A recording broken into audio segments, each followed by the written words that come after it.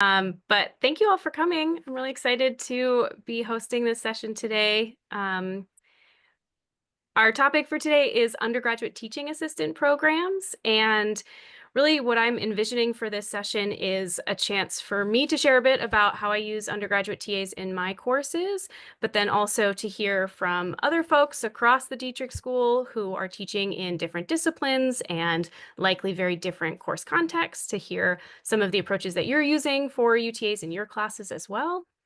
And so I think I'd like to start just by having us do some introductions and go around, and I'll just have everybody introduce yourself, give us your name, your department, and sort of the types of classes that you teach. So lectures, labs, seminars, sort of the context of the class that you're teaching in, and then also just a brief discussion or introduction to your experience with UTAs and using them in your class. So is this an established program that you already use? Is it something that you're considering but haven't done it yet?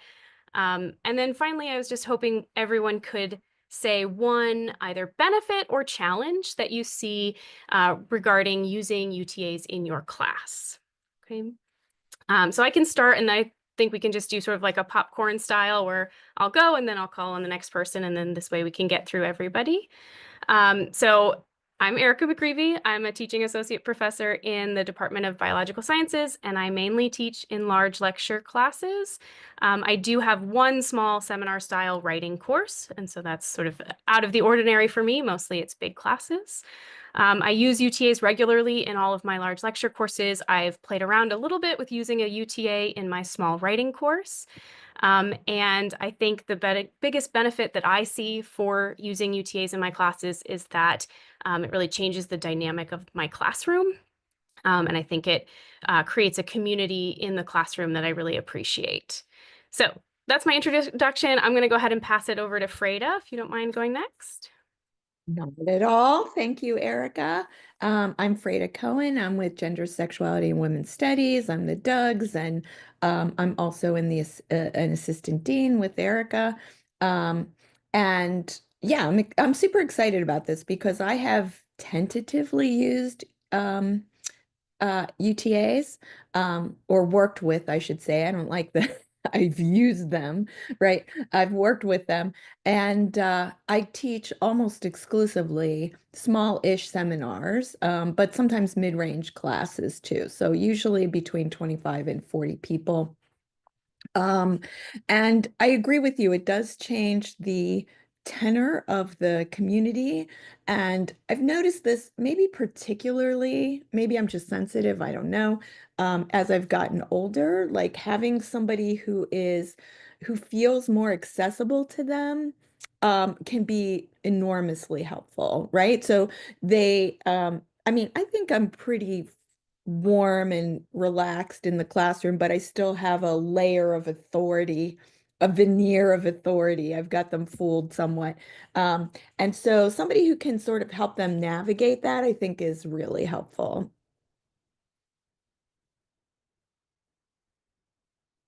Oh, I forgot. I've got a popcorn. I'll go to Leanne. Thanks. I'm really excited about this too, because we get questions about how to best ways to manage UTAs for both the class and for the UTA. So this is great that this is happening. I'm Leanne Sukas. I'm in the history department. I'm also the Dougs, and I'm also in the assistant dean's office. I teach 80, 35, and 15. I've never had a UTA in a 15 seminar, but I do have them regularly in 35s and 80s. I find that the best thing, what I like that, if we're talking about sort of how it benefits both of us, it is super beneficial to me for 5 million reasons. For one, I love when the UTAs take on real tasks that help the course function and put their own twist on it. So for example, in my 80s, we do attendance quizzes where a question is written, and the UTA will start the class by writing a question of historical interest and then explaining it a little bit to the class. So we warm up that way, and it's kind of a soft start. It's a little interesting, it's engaging, gets them going, but it has the real function of getting me an attendance sheet without passing things around or doing something that seems, cold and unconnected to the course. I also find that the best thing for for me, for the UTAs, is that they have insight into the course and tell you what works, and they're really good at knowing that. So the benefits, I would say, are that there are real benefits that help the course structure and implementation work better, but also you have this bird's eye view into their own insight, and they come up with really smart ideas. Finally, in history, a lot of them want to be teachers, and that's what the career they're looking for. And so it's great to give them sort of real experience in a classroom that they see as part of their professional development and skill gaining. So I just love them. But I will say we don't have a program that gives people enough ideas and of how to work with TAs in an effective way. So I'm really glad we're moving in that direction. And with that really short-winded answer, I will move on to Jenny. Hey, thank you. I'm Jenny Ganger. I'm in psychology. I'm a teaching professor and associate chair. So I teach a large class at 250 and then a 30-person seminar and a 24-person lab. I mainly use UTAs in the large class. I've tried the other ones, but it works best in the large class. Usually have, I don't know, between 3 and 5 every semester. I guess I have like kind of a set of the jobs I have them do that are super helpful. One of them does all the Canvas announcements. There's a bunch of quizzes and assignments, and they just do all the reminders for all of that stuff. One of them is like my Top Hat babysitter, because I use Top Hat, but as you know, if you use it, something goes wrong with Top Hat every day. And so I just point them all to this UTA, even though technically they're not supposed to be in the grade book. I figure the Top Hat grade book is just participation anyway. So they're the one that fixes all that up. So I have several jobs like that. I have them draft exam questions, which I think is a nice exercise for them and is helpful for me. We meet once a week and just check in. I've divided the class into smaller groups, like groups of 50 or whatever, and each of them has a dedicated TA. So they have like a discussion group with their own segment of the class going. And so I just check in and see if there's anything that I should know about. Trying to think. Yeah, so a few other things that are just useful things to me and to them. And then in psychology, I don't know how other departments do it, but we consider this experiential learning, and they do it for credit. And so I also try to mentor them in some way by having them do some kind of project during the semester. So it might be designing some study skills sessions, and we invite students who have done poorly on the exams to come and work on study skills. It might be we do midterm OMATs, and they go over the OMAT responses with me, and we try to respond to them. For a lot of them, it's giving a portion of a lecture. And this happened because some years ago, I had some UTAs who had done a summer program on something, and they wanted to give the lecture, and I've carried it forward. And I encourage them to do like a 15 or 20-minute piece of a lecture. We take like 6 weeks. We meet every week and discuss it and prep them for it. So that kind of takes more of my time, but I kind of enjoy doing it, and I think they get something out of it. So it's sort of a trade-off of sort of a combination of giving them useful things to do and mentoring them. I will say, in case I don't get a chance to say it later, I really am kind of on a mission for us to allow UTAs to do grading. And at other universities like CMU down the street, they regularly do this. They teach recitation sections, they do grading. I would love to see Pitt go in that direction. That's my little soapbox. Oh, and popcorn to, let's see, to Liliana. Thank you so much. And thank you for pronouncing my name so good. Thanks. So I'm Liliana Djurashkovic. I'm also an assistant dean for undergraduate studies and the Dukes at the Slavic department. So I usually teach language classes, and my language classes are not so big, so I'm not used so much to having teaching assistant. However, I started to teach Balkan culture class 4 or 5 years ago, and for the last 3 years, I have at least 5 teaching assistants for my class. There are around 40 students in my class, so I have like 4, 5, 3 teaching assistant, and I'm really very happy to hear about your experience having teaching assistant, because I still am learning how to navigate everything with teaching assistant. So I'm really very happy to be here. Thanks. And now I am going to pass this to Eugene. All right. Thank you. Eugene Wagner. I'm a teaching professor in the chemistry department and an assistant dean. I've used UTAs, or undergraduate teaching assistants, since I came to University of Pittsburgh back in 2000. I've used UTAs for large lecture hall classes, small classes.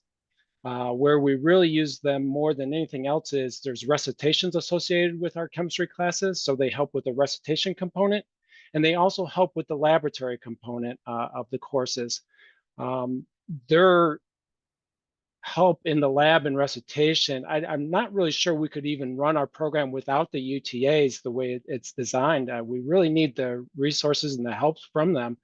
So it's great that they're able to be there. But they help lead recitations. They'll help manage systems and experiments in the laboratory. That's a huge component. If you have 24 students in a lab, especially a freshman lab, just having one instructor there is not always necessarily enough to manage the potential chaos that can happen.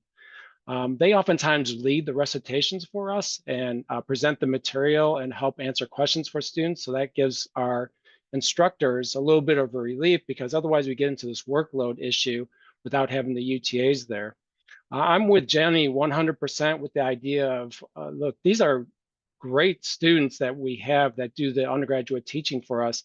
And I believe that they should be allowed to score things for us. I don't mean grade. To me, there's two different things. Grading is different than scoring.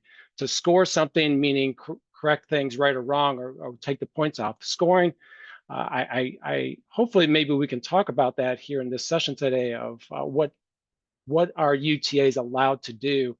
I'm with Jenny on that one. I'd really like to push for that sort of idea. Okay, so I'll send it over to Russell, I think. Hello, everyone. I'm Russ Myers. I work in undergraduate studies here in the Dean's office, but previously I was the assistant director for first-year programs. And all first-year programs courses have undergraduate teaching assistants. And their presence in the class is extremely valuable because the course serves as really an introduction orientation to the Dietrich School, to Pitt, and to the city overall. And having students that are there that are current undergraduates to answer questions from incoming or brand new students. Many times those first-term students take the information that the student provides, the UTA provides. They see it as more valuable because it's coming from a fellow student. And so they're fabulous additions to the classes. And I don't think first-year programs would be the same without UTAs. I'll go to Liz. Hi, I'm Liz Ritchie. I'm a teaching assistant professor in psychology. I actually got a lot of advice from Jenny before I started using UTAs for the first time. So in my large lecture courses, I use many of the same strategies she does. I also teach an upper level seminar, and I teach online asynchronous classes for CGS. I've used UTAs in both of those settings as well. For the CGS classes, I've had a lot of success also creating classroom community with my UTA. This semester, my UTA created a GroupMe and interacts with the students that way. And I think the students are more comfortable informally interacting that way with a UTA than if I started a GroupMe and tried to get them to interact. I've also used my UTAs in those courses for help with revising aspects of the course. So like I had a group activity in my online class that wasn't really engaging all of the students. And so I assigned a UTA that semester to do some research on effective group interactions and how to construct activities well. And then we worked together over the course of some weeks to revise the activity, and ended up with, I think, a really much improved product that the UTA really got to take some ownership in. And then this semester, I have former students from my seminar class working with me. I'm not teaching this semester, but there were some things I wanted to change up in the course. And so they're each taking an aspect of the course as former students and working on revising it with plans to roll it out in the fall in its new redesigned format.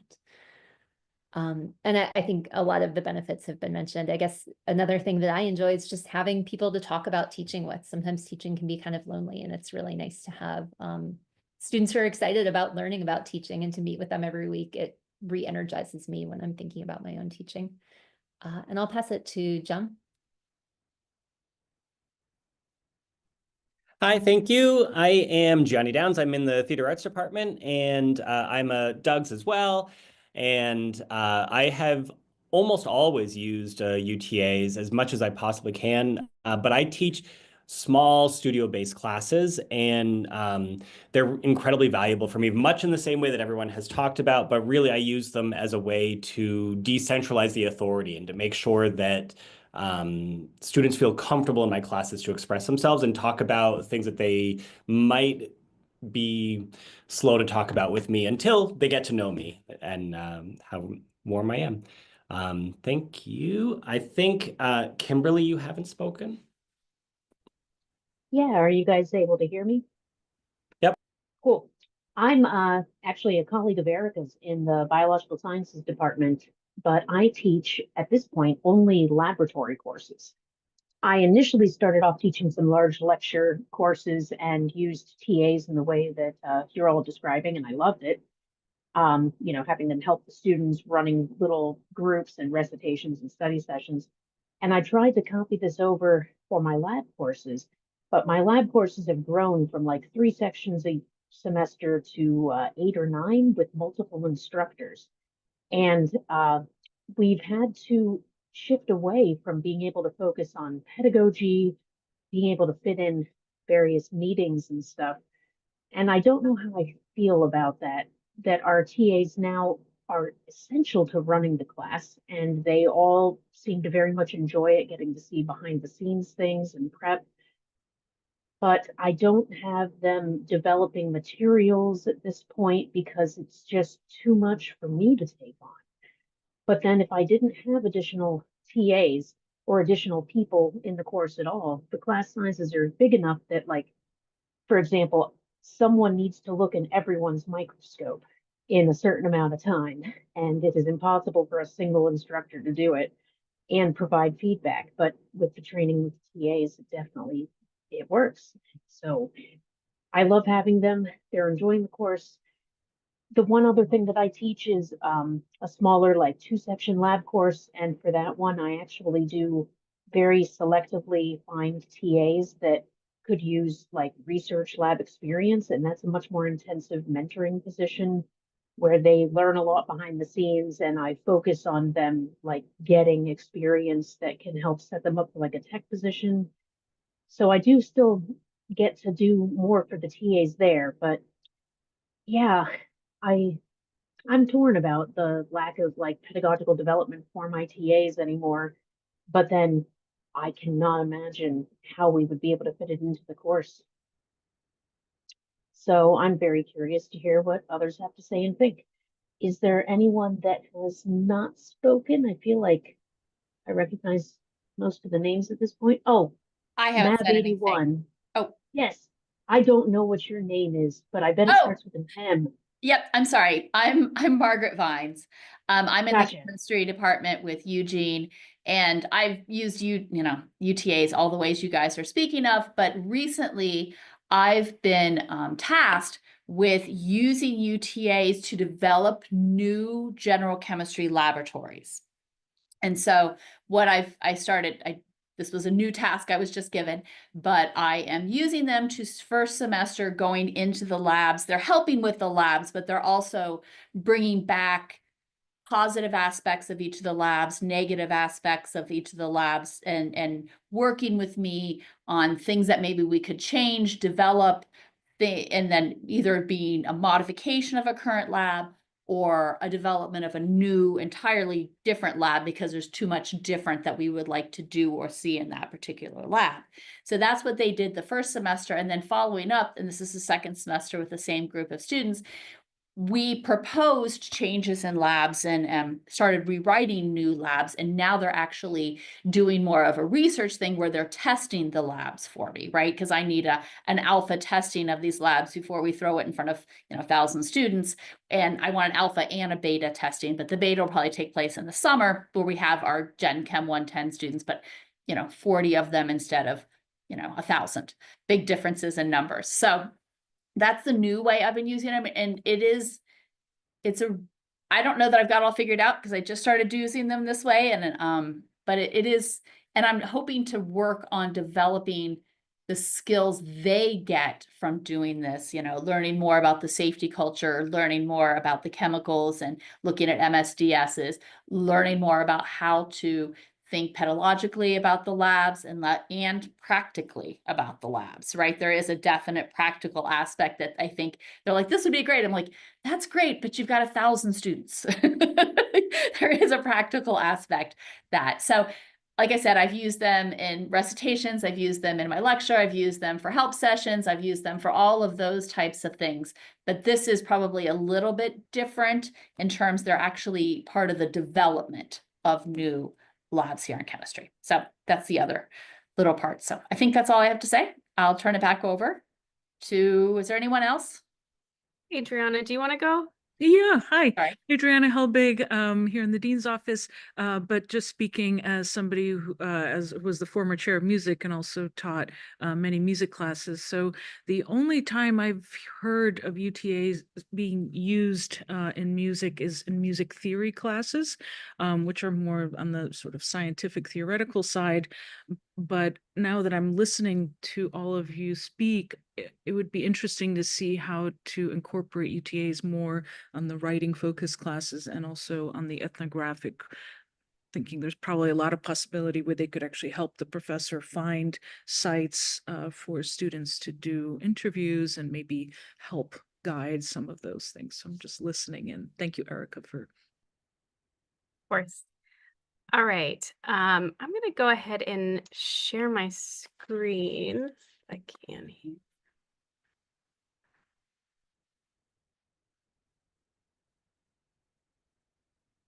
Can everybody see this slide? Yes. Right. Okay. All right. So that was really awesome. I got a ton of information from all of you just now. It sounds like many of us are already using UTAs in our class and just anecdotally have a good idea of what the benefits are of developing a UTA program in our classes. And so I want to run through some of those benefits again, just with a little bit of a sort of literature backing of what's been tested and what we have evidence to support in terms of the benefits of using TAs in our classes.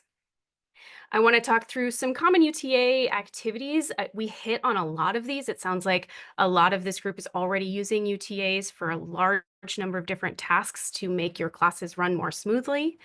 And then I think some of the sticking points for really maximizing these benefits are sort of falling into these three main categories, and a couple of these came up. So for one, I think that promoting UTAs in your class is really important. If you're going to have a UTA program, you want to make sure that your students know that those UTAs are available and all of the things that they are doing and can do for you.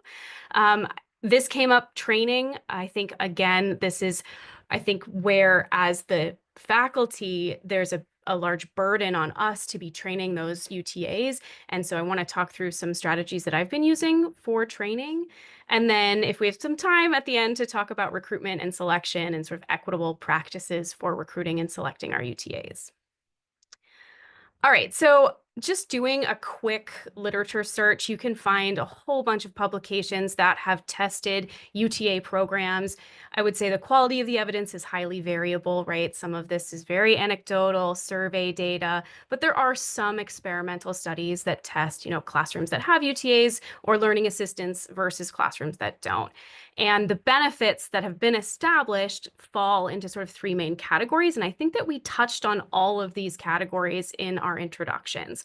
So we've got benefits for the students enrolled in the class, we've got benefits for us as instructors, and then we have benefits for the TAs themselves that are doing this as sort of an experiential learning exercise. So I'm just going to pull up first some of the benefits for students. And again, many of these things came up just from our own experiences, right? So developing that community within the classroom, expanding the number of people that are available to support students, allowing for social networking and building those connections. We heard a bit about approachability and that sort of peer perspective, right? It can be really scary to approach your professor, especially for first-year students or first-generation college students. We are intimidating, we have authority. And so this creates a group of people that bridge between the students and the professor. And also, these are students that remember what it's like to be a novice in this field. We often suffer from the expert blind spot where we're doing things unconsciously as we are, solving a problem or explaining something. We forget what those steps are, those cognitive steps that need to occur for our students to be learning something for the first time. And our UTAs understand what those steps look like and are more aware of the sticking points.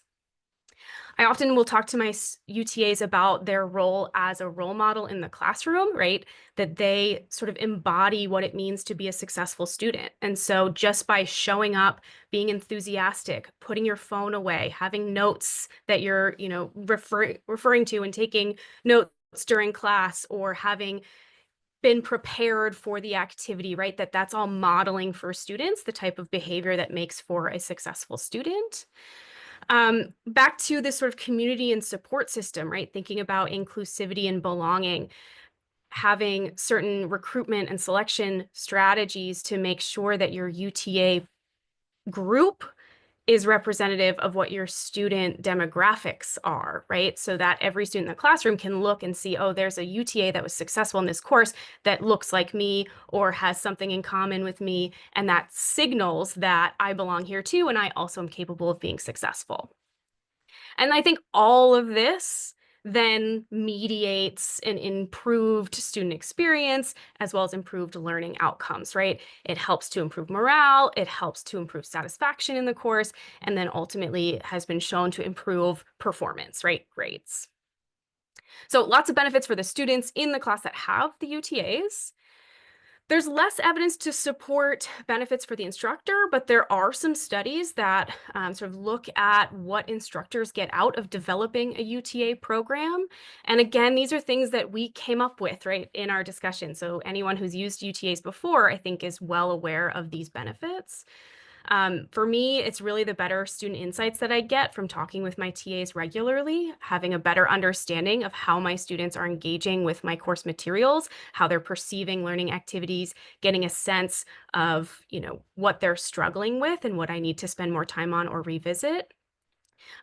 I joke, but it's not really a joke that my TAs are like my spies, right? That they're in the classroom, they're talking to students, and then they come back and report to me if there are things going on that I need to know about or that I can then use to change the way that I'm teaching. And so they help me really understand my students in a different way. As I said, the improved classroom dynamics, I think, is really helpful to promote that engagement, promote that active learning. We've got logistical help I heard a bit about, particularly in lab courses and large classes where you need people to look through the microscope, right? Or you need people to pass out things and get equipment up and ready. If you've got a lot of questions, you've got extra bodies in the room that can answer those questions. There is some suggestion that this can reduce workload, although I put this as potential, and I think that this is arguable because yes, UTAs will alleviate some responsibilities, but I think that it takes a lot of work to implement a useful UTA program that's effective. And so I think that some of that workload reduction is offset by the work it takes to train your UTAs and to actually establish them in your classroom. And then finally, we heard a lot from folks about the benefits for the UTAs themselves in terms of their professional development, right? They have this opportunity now to build strong faculty connections, which can lead to mentorship relationships specifically in their discipline, which for many students ultimately lead to recommendation letters. I know that that's a motivating factor for a lot of students to be a UTA. And then a whole slew of professional transferable skills that UTAs practice while teaching, right? So they are problem solving. In many cases, they're answering difficult questions. They are working with students that are frustrated or having a difficult time and have to think about how to resolve those conflicts.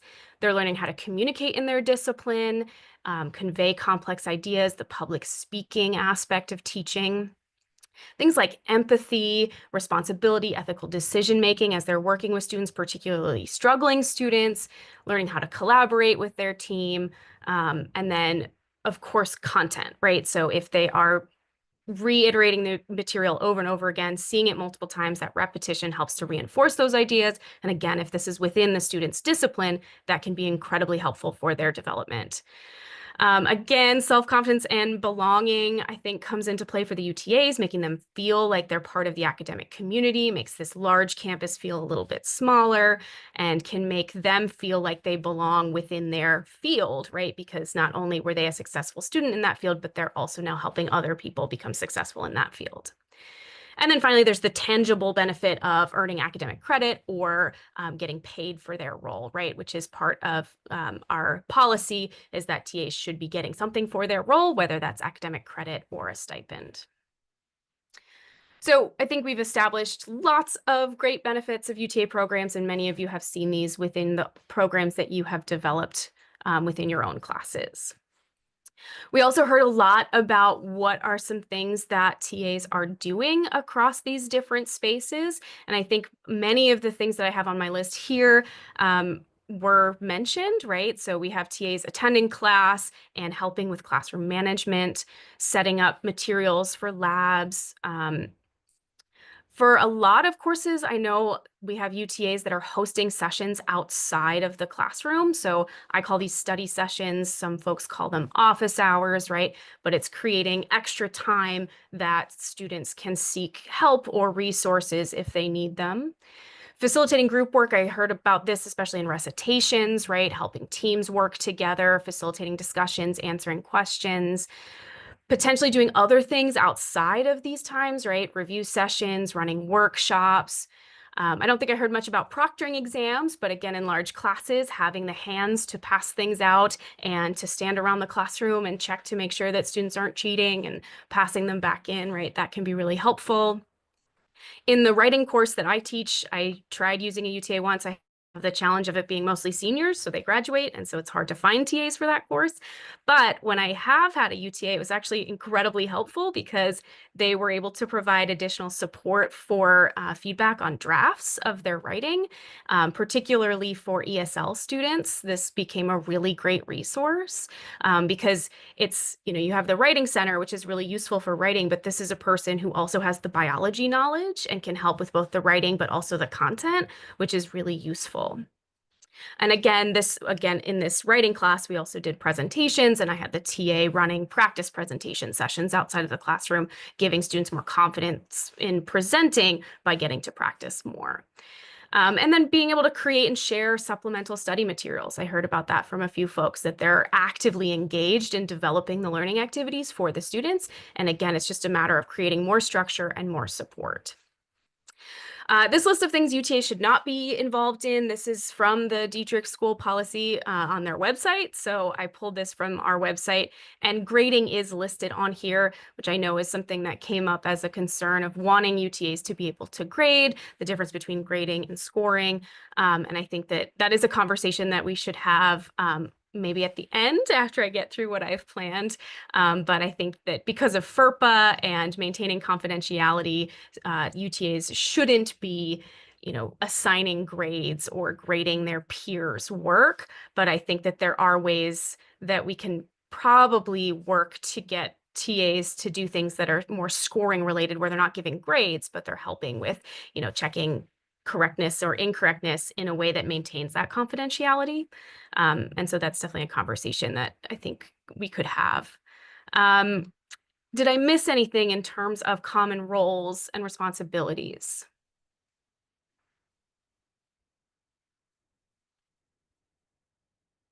I think I see.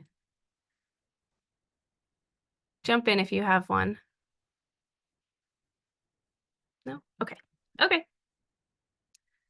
All right, so I want to talk about a couple of sort of sticking points in my mind to making an effective UTA program. The first is boosting UTA visibility, right? I think that a program is only going to be useful if your UTAs are integrated into the course in a way that your students know that they are available and part of the course. So for me, one of the ways that I do this is starting from day one, really integrating my UTAs into the classroom as part of my introductions. Now, this is for my Foundations of Biology class. You can see I have 25 UTAs. So this is a really huge team. I call them the army of UTAs. So this is a support system that is available for all of the students enrolled in that class, right? And I put pictures to their names. And so these are people that are available to help. And there's a highly structured weekly schedule of times outside of scheduled classes where students can visit these TAs. They're usually co-hosted, so they're in pairs, and so it's more of a community feel. And these study sessions are not just for when you're struggling, but these are an opportunity to engage with others and sit and study and talk about the class or anything else that you want to talk about, right? And so there's a social aspect there. So from day one, this is a part of the course and something that you should be taking advantage of. Using a Canvas discussion board, sort of like a social media feed, can be a nice way to integrate the TAs in a more social way, in a community building way. So here the TAs are posting personality pictures of themselves, describing who they are, what they're interested in, what they're involved in on campus. And so for students in the class scrolling through this feed, they can identify a TA that has something in common with them, right? So someone that they can go to and hang out with and feel comfortable with, someone who's approachable, and also ask questions that are related to the class, but also build those connections that make you more willing to ask questions and more willing to engage. Sometimes I've done sort of a UTA business card approach where each TA has a little business card, again, with their photo and a little description of who they are. We can post these on Canvas. I've had a few of the students that will go and print them out and have them in recitation to pass out to their students, say, I'm your TA, this is information about me.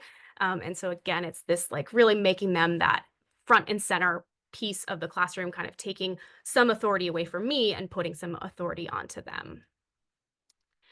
In recitations, I have my UTAs really assigned to specific teams. This is actually a seating chart that one of my UTAs made last semester, where they put the teams at specific seats within the classroom, and then each TA was assigned a subset of teams, and they decided who was going to be in what part of the classroom, and then I would be up front and sort of moving around as the students worked. And so each team then developed a team name and a team mascot, and they had these signs printed and put on the desks so that the TA was part of the team itself, right? And they had their names printed, the TA's names, and so everyone could learn each other's names and sort of start every recitation with this smaller group of people that are working together on the daily activity, and the TA is involved in that. And so every person in this large class has somebody who knows your name, knows if you're there or not, and can keep track of whether or not you're doing the work that is assigned and if you need any support in that work.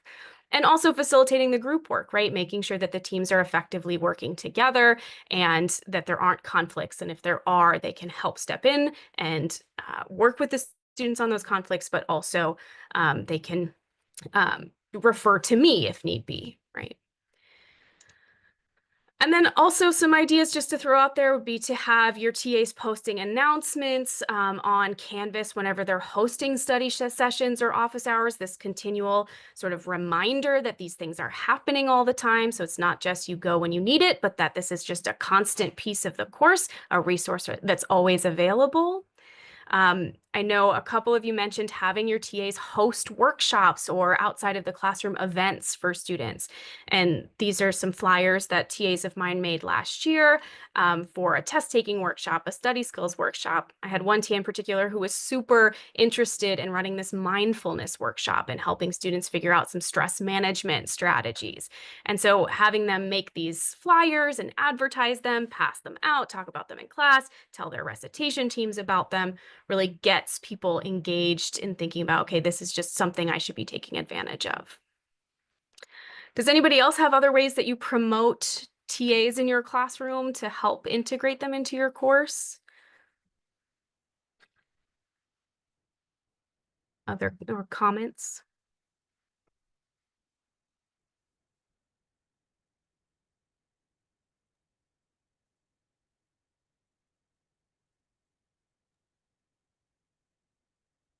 Erica? I mean, Yeah. I can say once again, I'm reminded of how different our tasks are in our classes. Because Sure. the way you do it it's like such a management and requires such care of implementation. And I can say honestly that I have my UTAs run discussions or ask questions of small groups, like they're sort of peppered in. We're working as a team to advance student conversations, which is a very different, set of goals compared to what you're doing. So it's just every once in a while, I'm reminded of sort of the vastness of arts and sciences. So, and in this discussion, I really am. Sure. Yeah, I think that's a good point. Yeah, just to hop on that, I feel like what I do is more in line with what Leanne just mentioned, but some of these, and it's because our classes are not 300 people. I mean, I'm still able to keep track of them, but some of them still, I think, would be really great ideas that you're giving me lots to think about, ways that I could help them sort of boost their profile and participation, even as I give them ideas for, or they develop, I should say, ideas for reaching out to students, Yeah. Yeah, and I've taught some of the first year programs courses that Russ talked about, and one of the things I had students do for that was to get a couple of their friends and do like a Q&A panel for students who were coming up behind them in the academic community. And the students really liked that. And I think it was terrific for the students, also the TAs, to see the kinds of ways they could be available.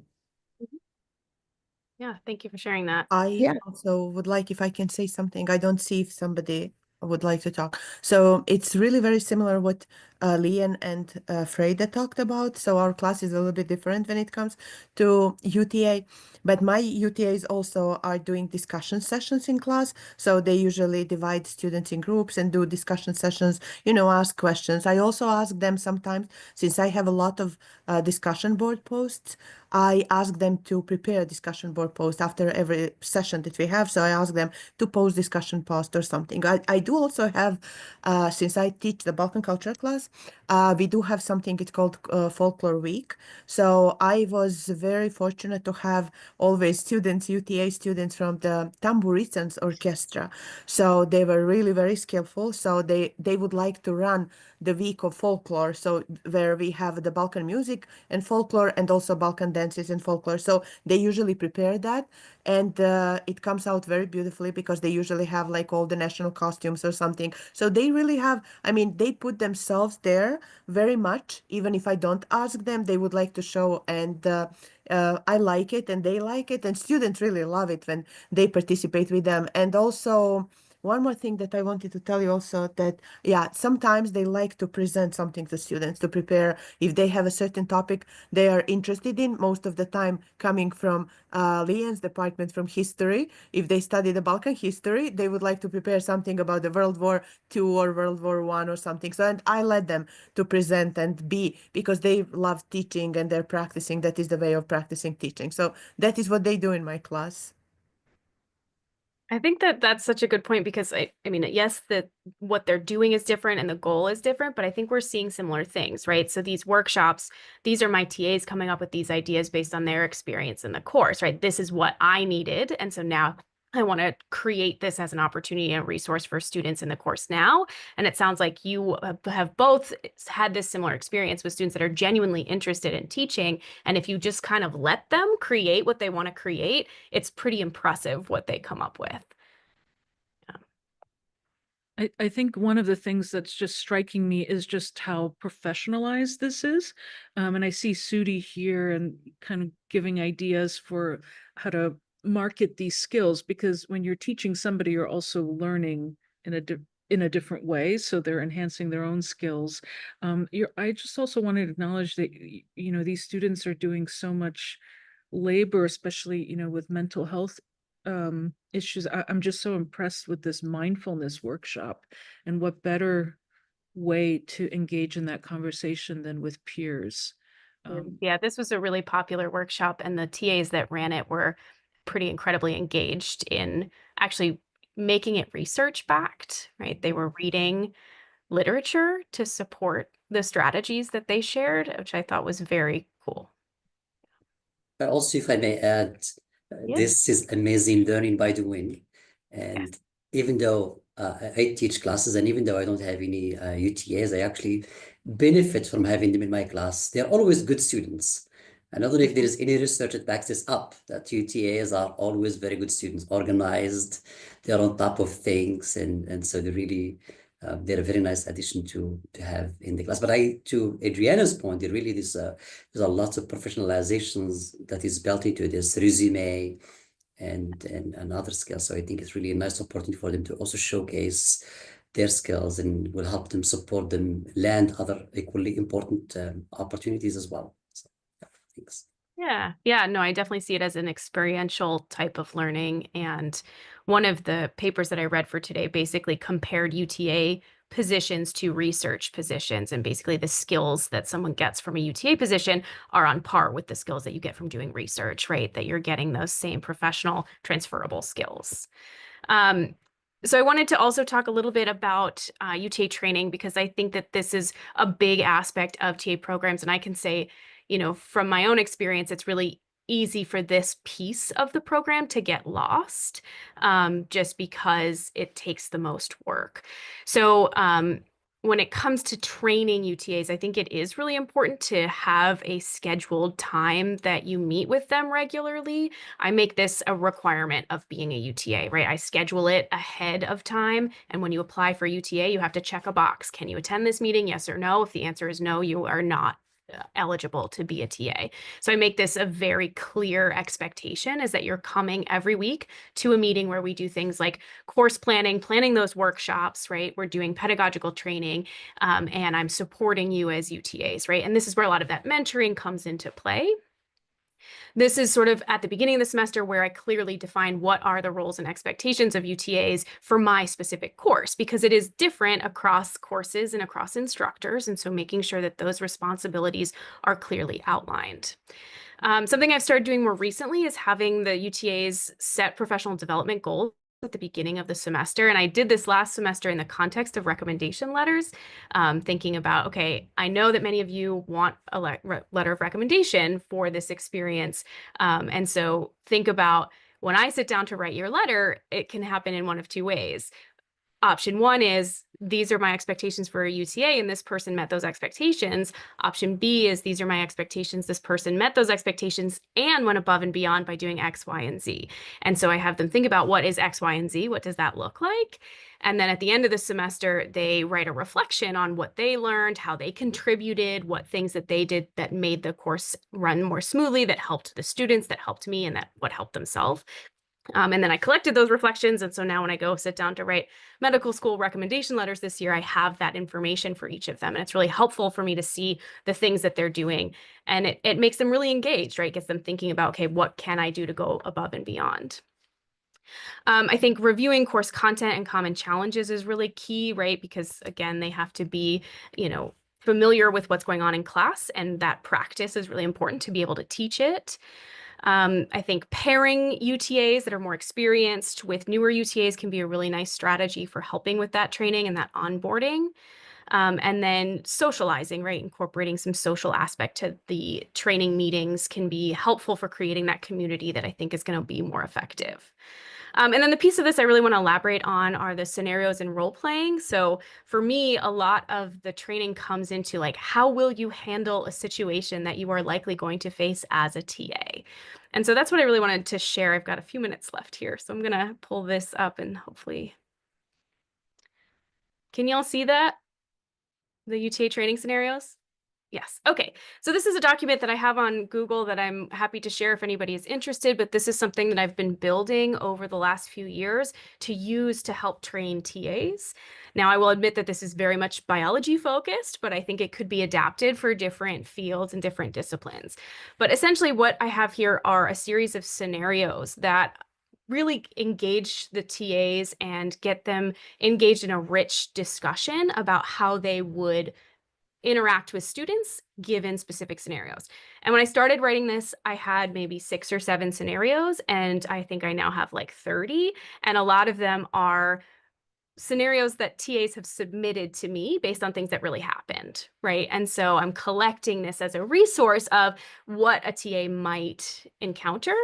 And so the way that I use these is, every week at our training session, I'll do, 2 or 3 scenarios. I'll have them just printed out on little pieces of paper, and then in small groups, they'll discuss. And they usually come up with really reasonable, what would they do in this situation responses, but I also have put together some suggested responses to help guide the discussion. So this first set, these are all under this first theme of academic support. So the scenarios are things like, you have students that are being really passive and not engaging with you and just waiting for you to explain something. How do you shift the dynamic? Or you have different levels of preparedness in a study session with students that are asking really high-level questions and students that are feeling left behind. How do you balance those students within that one study session? And again, some suggested responses. But again, our TAs are really thoughtful, they're empathetic, and they have a lot of common sense. And so oftentimes they come up with these really good responses on their own. And so just some examples of some of these more academic related, right? Things like confidence, helping students build confidence, what study strategies, encouraging persistence and a growth mindset, right? Having a student feels like, this just isn't my thing. How do you help encourage that student? Encouraging folks to attend office hours with me if, they're afraid to, or that they find that intimidating. Managing advanced questions, managing expectations, right? So having students that miss class but come to the UTA and say, hey, can you teach me everything I missed, right? So what's that expectation that the TA is supposed to be doing that or not, right? How do you respond to that? Motivating students who are disengaged. So these are all really academic focused. My second theme here is all on building credibility and professionalism. So things like if you face a question that you don't know how to answer, but really you should, right? It's a totally fair question. How do you respond to that while maintaining your credibility as a TA? How do you handle a student who challenges your credibility and says, I don't want to hear what you have to say because you're a UTA and I don't believe that you know the right answer, right? Maintaining boundaries. This is a case of, this really happened, of a TA who had a student ask them, can you tutor me once a week? I'll pay you. And the TA then came to me and said, is that allowed? Right. And so we had this conversation about, that's not appropriate, right? You are part of this class. Everybody in this class has the same opportunity to engage with you as UTAs. And so, no, you can't. So how do you respond to that question? Addressing student complaints, addressing inappropriate behavior, right? Again, all of these sort of maintaining professionalism, building those professional skills. I've got a couple scenarios on academic integrity, right? If you witness students cheating, or if a student comes to you and asks you to give them the answers to homework, right? How do you handle that? I've got some on inclusive and equitable learning. So how do you support students that are not engaged in a group during group work? How do you handle a very dominant group member? How do you handle disruptive side conversations? Supporting students that are struggling with a language barrier that's making the biology more challenging. Addressing exclusion and teamwork. And then finally, this last theme is kind of a catch-all for these sort of other student interactions. So a student expressing personal struggles, recognizing a student who may be facing personal struggles, but hasn't actually admitted that that's the case, and checking in with them. So my idea with this is that, I would love to be able to crowdsource as many scenarios that apply across different disciplines and create a resource that can be shared as something that faculty can be using in their courses to help train their TAs with, you pick and choose the scenarios that apply to your course. And so what I would love is to share this Google document with everybody. And if you have ideas, I would love for you to add them, right? I think it could be a useful tool, but I would also love feedback. I realize we have 4 minutes, and so we're at the end here, but this is sort of what I've been envisioning in terms of TA training programs that I think could be transferable. Any thoughts or comments? Erica, can you just clarify, is there any university-wide training that UTAs have to go through? No, There so is not. Okay. There's no university-wide, and the CTL does not offer any UTA training either. There is the DB Circ offers a UTA training, but that's science, right? The discipline-based science education research center. So it's pretty heavily STEM focused. But that's the only training I've been able to find on our campus that's like school-wide. Okay, well, something we can do for next year very Yeah. easily.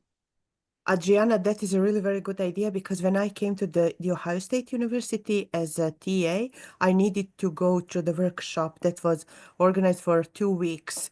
So they taught us how to teach, how especially international students, like to know the culture in American classrooms and everything. So the workshop was so helpful that it still sticks. When I do something, I still have those ideas how they taught us how to do it. I put the link to the document in the chat so you can access it. And I do have a copy of it on my desktop, so it's fine to pull it or do what you'd like. But Jenny, go ahead. Couple comments. One is I have some other documents like just kind of expectations and responsibilities that I give them. I have a recruitment type document like that. I'd be happy to share if you want to set up like a whole folder or something. That would be I'd be happy super to share helpful. those. Secondly, I mean, theoretically, the idea of university-wide training or DS or district-wide training sounds like a good idea, but it sounds like also we do really different things in different departments and with different professors, and I'm not sure. I'm just not sure what would go in that training. And I would say the only thing I would really want to put in there would be ethics type of stuff. Like, what information, if a student discloses something to you, what do you do about that? And if you find out about students' grades or something because they tell you disclosing that, those sort of ethical things that I go over with them, that would be nice to have something Dietrich wide. But Sure. otherwise, I don't know. I think it might be hard to develop something. Could I speak to that actually? I wasn't on the committee for long, but our department did try to develop some resources that they put on Canvas as separate modules. And so, for example, there was one that was lab specific, which obviously doesn't apply to the vast majority of the department. But in that way, people were able or would be able to pick and choose. So if there was a collection of different UTA resources that the Dietrich School could help maintain and update, especially with like useful links and resources, I think that then, can be taken from. That could still be very useful. Yeah. And information like what Erica just shared would definitely be great there. Yeah, agreed.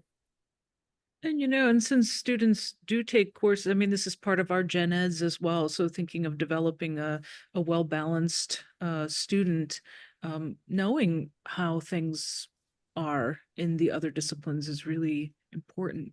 So I I appreciate could your imagine too, like yeah. little workshops where it's like maybe one is geared just towards teamwork, right? So if you have TAs in your class and you use Teams, maybe that's a workshop that they could take.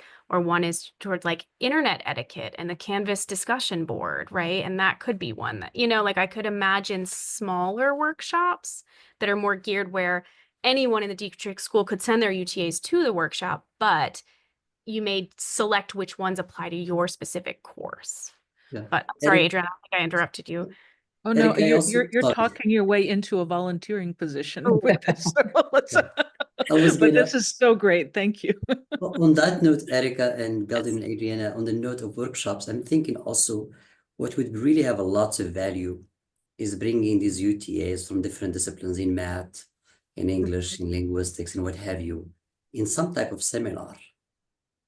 And I'm sort of drawing here on my experience with an internship seminar where interns are doing internships in a variety of places, but they gather once a week to reflect on that experience and exchange information. You already have some of that going on informally, but I think some type of credit based. I think some of these UTA might also be interested in becoming teachers in the future, so it also really help solidify that. So just a Yeah, I think that would be great to, again, so Kim mentioned that we have in bio a Canvas page that has been developed, and it actually is really excellent. It has a whole bunch of modules, it has quizzes that you can then deploy for your UTAs, and you can pick and choose. But I think what I really like is the small group discussions where they're engaging with each other and actually talking about the experiences and talking about how they are handling these different scenarios. And so that's the piece that is missing from Canvas, but I do like the Canvas training. It's actually really helpful.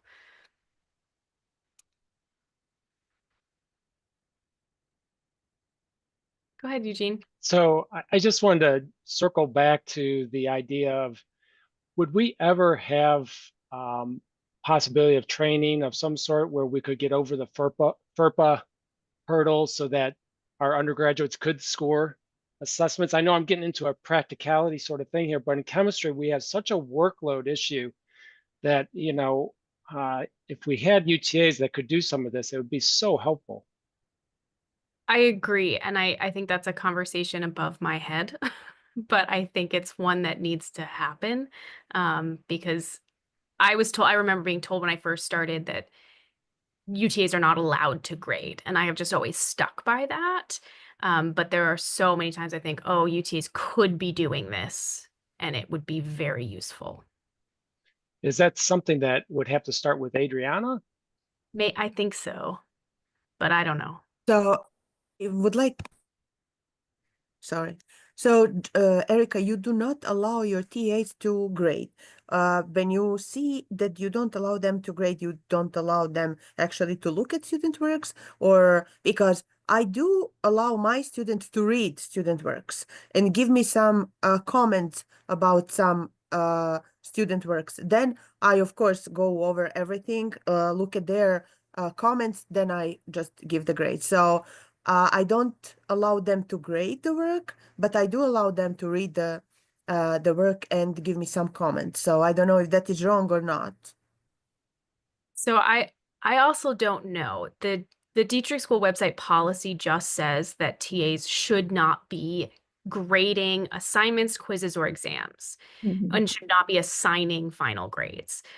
I think that like peer review of written work is incorporated into classes all the time and is really valuable. So I don't see any reason why UTAs can't be giving peer review comments on written work. Yeah. That feels within Yeah. the realm of what a UTA can be doing. Yeah. Yeah. When we meet after the big response paper, we talk about response paper, and I actually would like them to tell me what they think was okay to put in the paper, what was missing from the paper, what do they expect to see in someone's paper. So that's why I allow them to read the paper and give some comments on. Most of the papers are good, but for those that are maybe not good, I would like to ask them sometimes what is not there that you good. So they need to learn to grade also. If they're learning how to teach, they need to grade, to evaluate the work and give the feedback.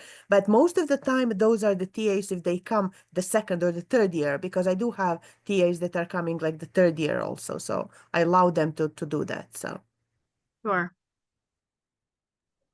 Along those lines with the grading stuff, I'll say the kind of mental line I've always drawn is how much like subjectivity is there to the grading. And I like the idea of grading versus scoring. If it's seriously like multiple choice and, the answer is A, especially if you can do it in a blinded way so that they don't know, who's grading what, like using something like Gradescope, then I think, getting some help in that way is not violating any FERPA agreements. And hopefully I can't imagine them using that as like a conflict of interest. The other thing that I've used it for is when it comes to my one course checking notebooks, I make a list of criteria that I just want to know, was it present and did it, was it on time and did it include X? And my TAs can collect that data for me. And then I'll go back and look and see like, oh, okay, I need to go look further into this. yeah. Whereas this stuff was okay. And then I can say, well, I know the student had attenuating circumstances, so I'm not going to take off for it.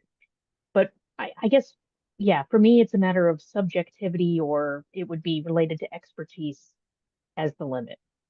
Yes, yeah, definitely. With Gradescope, the Yeah. fact that you don't see the names and you can have a question where it's like you as the instructor already built the rubric and it's just, did they circle the thing or did they not circle the thing? Or did they draw the right molecule or did they not draw the right molecule, right? If it's just like a very clear yes or no and it's totally blind, that feels like that should be okay. But I think we need guidance on what is and what is not actually allowed.